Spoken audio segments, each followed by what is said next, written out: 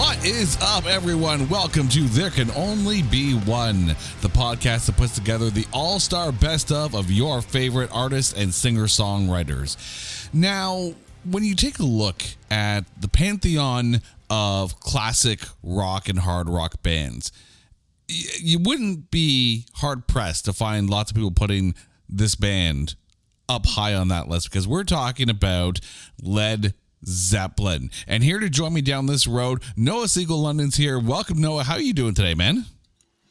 I'm doing really good. I'm stoked to be on this podcast and talk about my favorite band of all time. Now, listeners to It's Not That Bad will remember you from the Master of Disguise episode. Still wondering why you picked that one. You made a bad choice there. You made a good choice here. So what is it about Zeppelin that has kind of carried you through these years? Well, when I was getting introduced to classic rock through my dad, I mean, as all good parents do, they teach their children about music. I didn't appreciate it at the time, but looking back on it, it's definitely paid dividends because I love older music more than I love new music. And I mean, if you can really call it music today, but that's besides the point. So that really got me into wanting to learn how to play the guitar. And I mean, Jimmy Page, he's one of the best guitarists of all time. There's no question about it. So this band has really resonated with me for well over a decade now. Okay, so I'm going to ask you before we get down here, what was your first Led Zeppelin album? It was probably Led Zeppelin 4. Yeah, that seems to be the one pretty much everyone had in their collection. It really is front to back. I confess I had at least 2 copies, one on cassette and one on CD, but we'll get to that album later here. But we are about to go down a very hard rocking road. So let me pave the way for you here. We are going to be going through 9 studio albums from Led Zeppelin, but we will not be touching any live albums or box sets. So the song remains the same, will not be covered on this. By the way, a big shout out to Cactus Pete, who chimed in with his responses on Twitter. So we'll be throwing those in as we go from album to album. Cactus Pete, thank you so much in advance for all of your picks. We're going to start in January 12th, 1969, and the release of the debut album, Led Zeppelin, referred to as Led Zeppelin 1 when you consider the other albums there. It hit number 10 in the US and number 6 in the UK and number 1 in Australia. It is 8 times platinum in the US, double platinum in Britain and Australia, and diamond in Canada. There were 2 singles off of this album. Good Times, Bad Times was the highest charting, hitting number 80 on the Billboard Hot 100. Cactus Pete went with Your Time Is Gonna Come. So now, Noah, you're on the clock. Who are you going to pick, or what song are you going to pick off of Led Zeppelin 1? Oh, that's easy. I'm going Dazed and Confused. It's such a slow, it's not your typical Led Zeppelin song. It's slow. It's sort of ethereal, kind of. I love just how it's more calm rock than it is hard rock or fast rock, and it just shows their ability to their range, I should say. Oh, there is a lot to that song, and anyone who likes prog music is going to get into some of the changes that they have in a lot of these songs here. Not the song I went with, though. I thought I was going to go with Good Times, Bad Times when I was originally looking at the set list, especially because Godsmack does an absolute killer cover of that song. But I didn't. I ended up going with Communication Breakdown. That was my number 2 choice. I originally chose that one, but when I re-listened to Dazed and Confused, I just had to pick it. The funny thing is, if you listen to Communication Breakdown, in song structure, it's very similar to Good Times, Bad Times. I actually think, in listening to both of them back to back, Breakdown is probably the better of the 2 songs, but Good Times, Bad Times is such a... Again, listen to the Godsmack version. I hate to say it, and this is probably going to be controversial. The Godsmack version of Good Times, Bad Times may be better than the Zeppelin original. I know it's a bold statement, but I'm going to put it out there. But let's move on to later in that year, October 22nd, 1969, and the release of Led Zeppelin 2. The album hit number 1 in 5 countries. It is 12 times platinum in the US, 9 times platinum in Canada, 4 times platinum in Australia and Britain, and platinum in Germany. There was only one single off of this one, Whole Lotta Love, that hit number 4 on the Billboard Hot 100 and hit number 1 in Australia, Denmark, and Germany. Now, Cactus Pete went with Ramble On. So what did you go with? I went with the obvious one. I went with Whole Lotta Love. It's the guitarist's bread and butter. It's one of the best riffs ever written. And shout out to you, Jason, because I know you're a bass player. That opening riff is made so much better when John Paul Jones comes in. Oh, trust me when I say, listening to these albums as a bassist, I was A, in awe of his talent, and B, sitting there depressed because I'll never play that well. It's just one of those things. When you're a musician, you listen to this and go, he's really good. Damn, I'm not that good. I actually ended up going with Living Loving Maid, She's Just a Woman. I don't know if there's many Led Zeppelin songs that would sit there and qualify as a bop, but this might actually be one of them. It's such a fun song too. Like, you think about some of the bigger songs that Zeppelin has put out. You either get groovy, trippy kind of feel like Dazed and Confused. You get the ballady type stuff with Stairway to Heaven, and then you get songs that are just a ton of fun. And Living Loving Maid, She's Just a Woman. It's so much fun. Like, I would love. If ever the time comes to sit there and say we need to add a Zeppelin song to the set list, this might be one of the ones that gets pitched because, again, it's dancey, it's boppy, it's happy, it's all good. Now we move on to Led Zeppelin 3, released October 5th, 1970. It hit number 1 in 4 countries. It is 6 times platinum in the US, triple platinum in Australia, and platinum in Britain. There were 2 singles off of this one. The highest charting was the Immigrant Song and hit number 16 on the Billboard Hot 100, which is the song that Cactus Pete went with. However, Led Zeppelin 3, I'm going to take the dive in here. I thought, again, this was going to be an easy pick because Thank You was on this album. But then I remembered one of the first videos, if you could call them videos on Much Music at the time, right? The first videos of Led Zeppelin that I saw, and it was the live from Madison Square Garden performance of Since I've Been Loving You. And holy does this song ever smoke. This is one of those performances where you have the audience in your grasp, and it's just putty, and they knew it. They absolutely knew it. And this is one of those songs too, right? This is one of those, the car is parked off the highway, and you're with someone in the back seat. That's this kind of song here. Led Zeppelin 3, though, what did you go with? It's crazy that all the songs I have written down have either been picked by you or by Cactus Pete, but on this album, I went with Celebration Day because it just shows that John Paul Jones can go note for note and toe-to-toe with Jimmy Page and keep up with him and just make it seem like it's nothing. And it's a really good song with a great beat. Oh, I mean, the musicality of this band, like from all 4 of them. I mean, Robert Plant is a phenomenal singer, right? And, especially on the slower songs, really proved just how good he was. Jimmy Page, John Paul Jones, like the 2 of them together, like individually, they're great. The 2 of them together, and when they start playing together, and like when you realize that the bass is mimicking some of the guitar lines, it's like it's unrivaled. Yeah, I'm a Dream Theater fan. So, I see a lot of that with Jordan Rudess and John Petrucci and John Mayung joining as well. It's like, yeah, just those 2 together. And then, of course, John Bonham. It's freaking John Bonham. It's just like, I don't think there's ever going to be a better drummer than him ever. That one will be up for debate because there is a list of drummers that would be up there as well.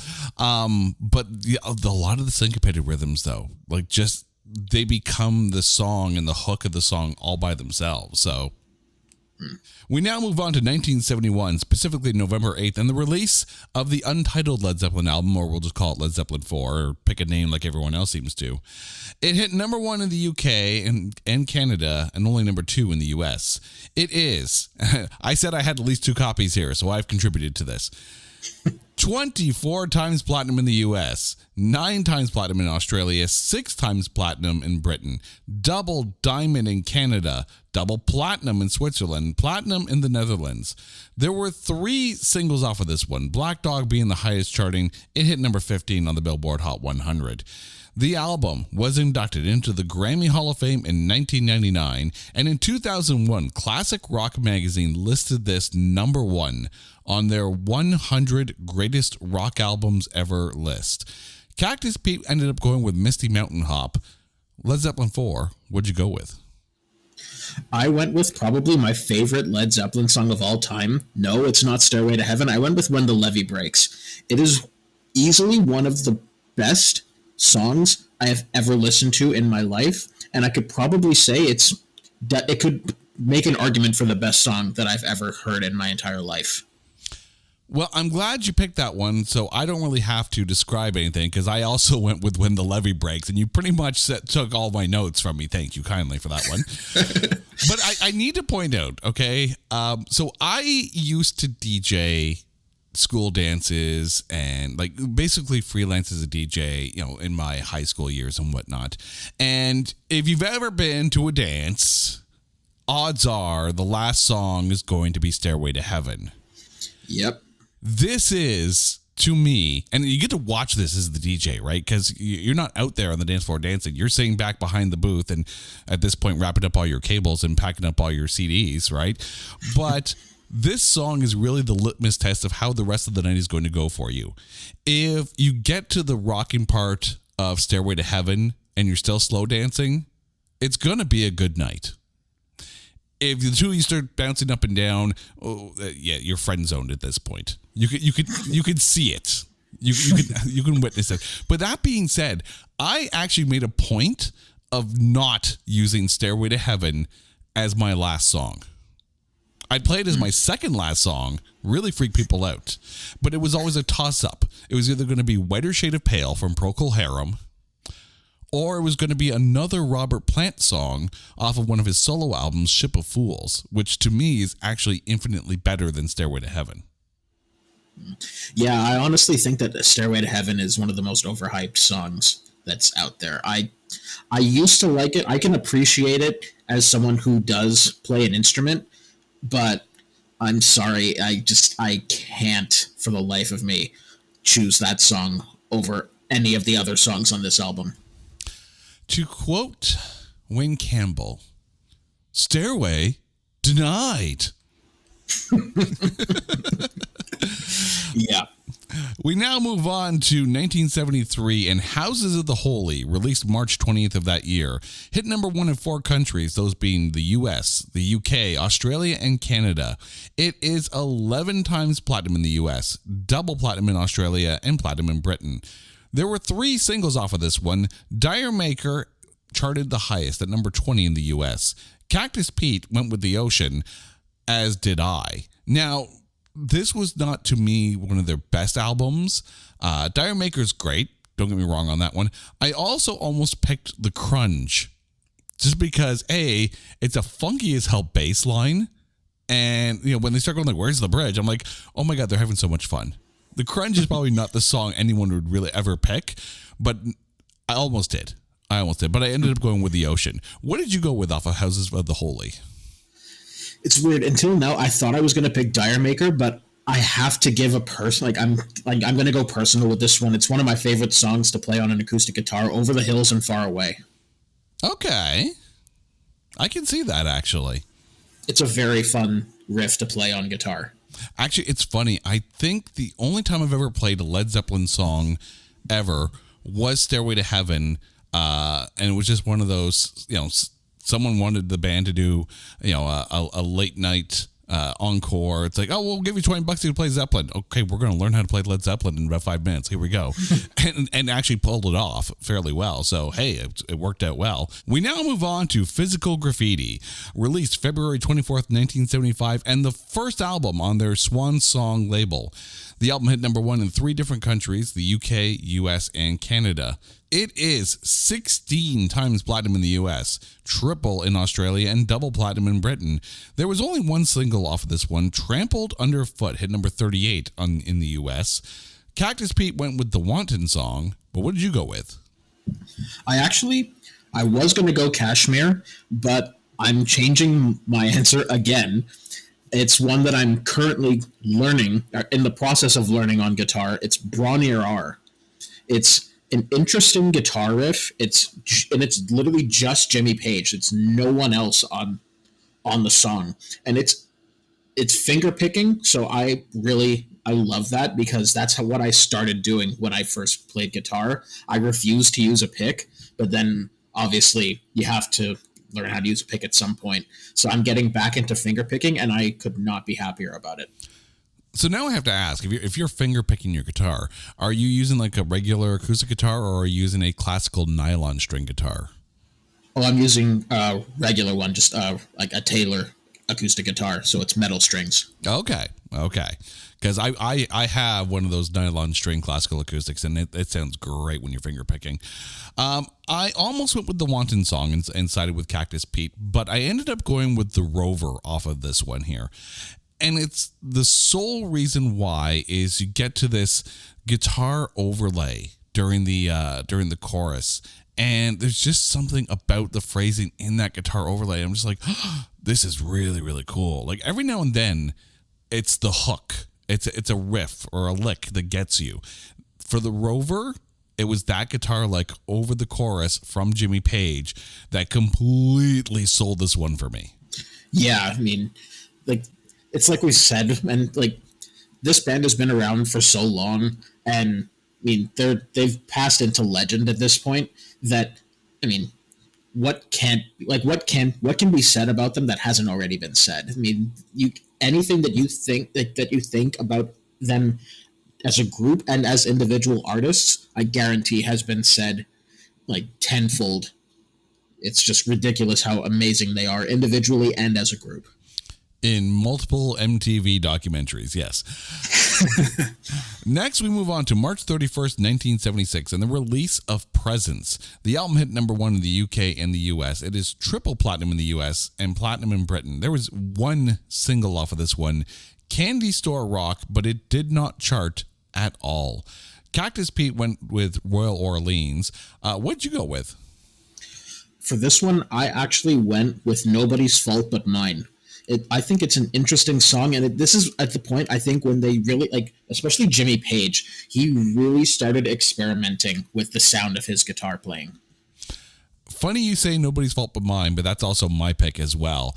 This, to me, was the kind of song, you know, that has that kind of Dazed and Confused feel where you just kind of sink back in your chair and you bop and you groove with it kind of thing. It's very much the, you know, you listen to the song and then you sink into the groove, and before you realize that the song's over, you're like, oh, well, that was a good 5 minutes or so. It is. It's a great song. It's not their best album, I'm not going to lie, but there are some bright spots on it. We now get into the last album with John Bonham still alive, and that's In Through the Outdoor, released August 15th, 1979. It hit number 1 in the US, UK, and Canada. It is 6 times platinum in the US, double platinum in Australia, and platinum in Britain. There was one single off of this one, Fool in the Rain, hit number 21 in the US, and that's the song that Cactus Pete went with. I'm going to jump on this one first, because this was the album that surprised me, because there's a song on here that I did not expect from Led Zeppelin, and it's Hot Dog. Led Zeppelin does rockabilly, and holy crap, do they sound like they're having a ton of fun. Like, when you read about this album, right, and you realize that Bonham's having his drug issues, and Jimmy Page is having his drug issues, and John Paul Jones and Robert Plant are really working a lot together on this album. But apparently, like during the recording, they would just warm up doing, Elvis Presley songs and, rockabilly style, and they eventually wrote one, and it really sounds like everyone's just having a ton of fun on this one. Like, I was not expecting this, straight out of left field, and I was smiling the whole way. So it's Hot Dog for me. I can't believe I'm talking about rockabilly and Led Zeppelin, but here we are. In Through the Outdoor, what'd you pick? In Through the Outdoor, I went with In the Evening. I think it's an underrated song. I mean, obviously, the last two albums with John Bonham are I don't want to say lesser known, but it kind of feels like that. And those of us who listen to I'll put it this way: there's a channel on Sirius XM called Deep Tracks. These last two albums, In Through the Outdoor and Presence, would be featured on that channel, and that's actually where I heard In the Evening.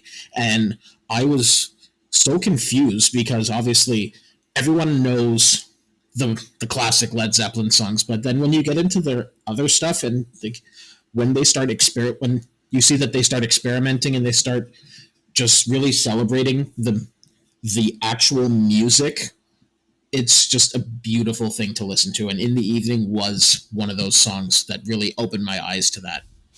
That's one thing I love about SiriusXM, and this is not me shilling because I want my own show, but I want my own show.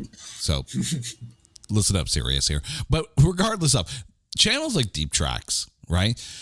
You listen to some channels and it's, the same bands over and over. You get to like the channels like the Deep Tracks ones, and you're going to be pleasantly surprised because they're not going to play the songs that you would normally hear. And when you have a band that has a deep discography like this, there are songs that are going to surprise you because they don't get the play that you normally would expect. Presence, In Through the Outdoor, they're not bad albums.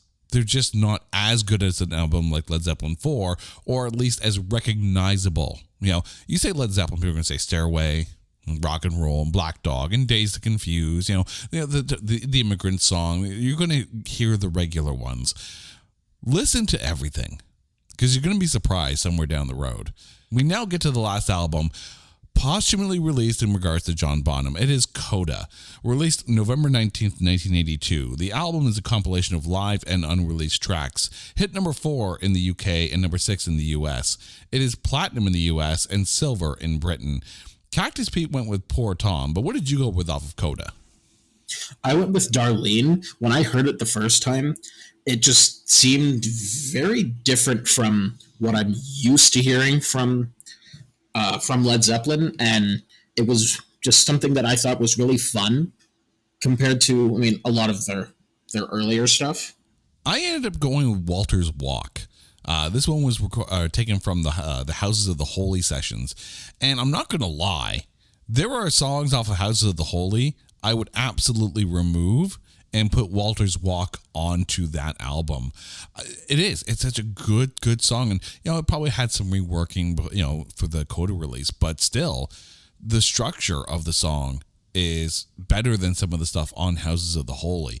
And it's always fascinating, right? Like I get back then, in the 70s, you only had a limited amount of vinyl that you could put your songs on. And if some of your songs are 9-10 minutes long, you're going to have to make some choices.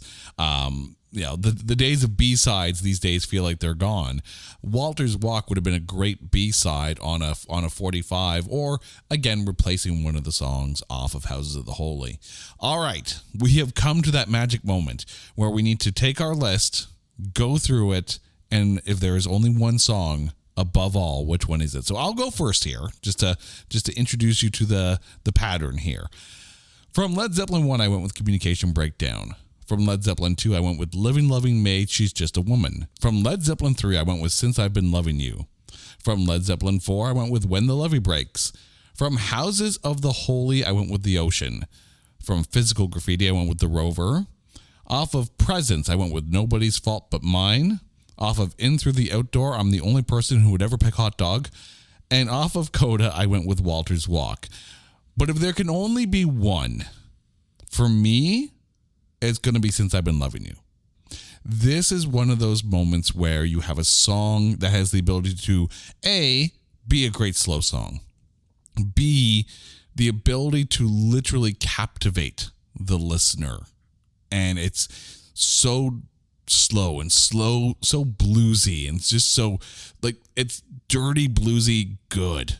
And it stands out to me as arguably not just their best slow song, but to me, probably their best song. All right, so go through your list one by one, and if there can only be one, what is it? All right, so for Led Zeppelin 1, I went with Dazed and Confused. For Led Zeppelin 2, I went with Whole Lotta Love. For Led Zeppelin 3, I went with Celebration Day. For Led Zeppelin 4, I went with When the Levee Breaks. For Houses of the Holy, I went with Over the Hills and Far Away. Physical Graffiti, I went with Bon R. Presence, I went with Nobody's Fault But Mine. Into the Outdoor, I went with In the Evening. And with Coda, and for Coda, I went with Darlene.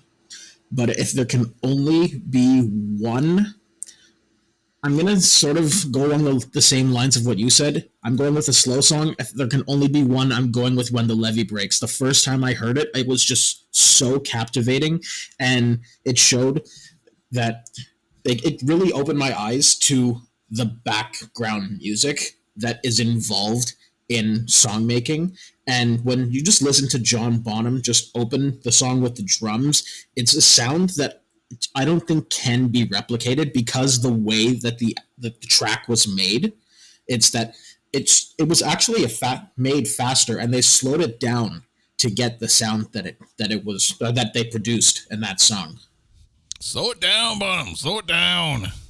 Get off the speed. Noah, thank you so much. Now, listeners, you guys know the drill. If there is an artist that you want us to cover in a future episode, you can find us on, I guess it's X now or Twitter, I don't know, whatever you want to call it, at @OnlyOneCast, or you can go to our website at notthatbadcast.com, where you can find all of our back episodes and drop us a line and let us know what artist you would like us to cover. Also, while you're there, go down on the page where you're listening to this episode right now. If you're listening to it off of our website, you're going to see the playlist from both Noah and myself, so you can hear the songs that we are talking about in this episode. Give them a listen, and in the comments below, be sure to let us know what your favorite Led Zeppelin song of all time is. We want to hear from you guys. Noah, thank you so much. Listeners, thank you guys so much. This is There Can Only Be One. Take care.